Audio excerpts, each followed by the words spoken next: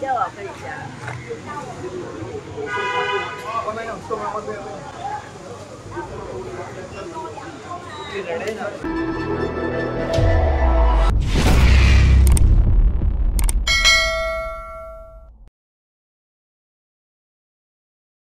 Seorang wanita berusia 49 tahun yang bekerja sebagai ejen insurans terbabit dalam satu insiden kemalangan membabitkan 6 kenderaan di Jalan Kuning, Taman Pelangi, Johor Bahru, pada petang Rabu.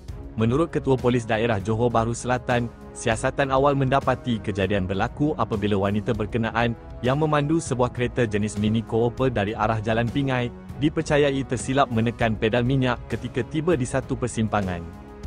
Akibat tindakan tidak sengaja itu, kenderaan yang dipandunya terbabas lalu merempuh 5 buah kereta lain yang sedang diparkir berhampiran deretan lot kedai. Pihak polis memaklumkan, hasil ujian pernafasan alkohol terhadap pemandu terbabit didapati negatif dan tiada sebarang kecederaan dilaporkan dalam insiden tersebut.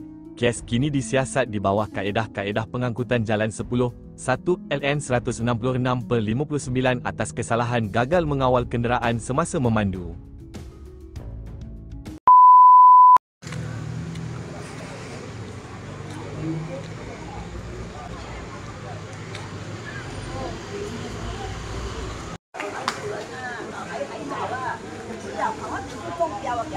要我分享。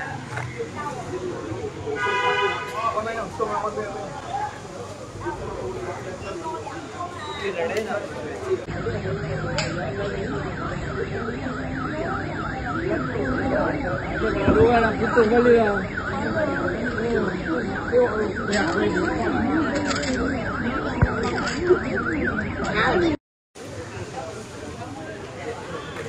Malah di mana orang nampak tu.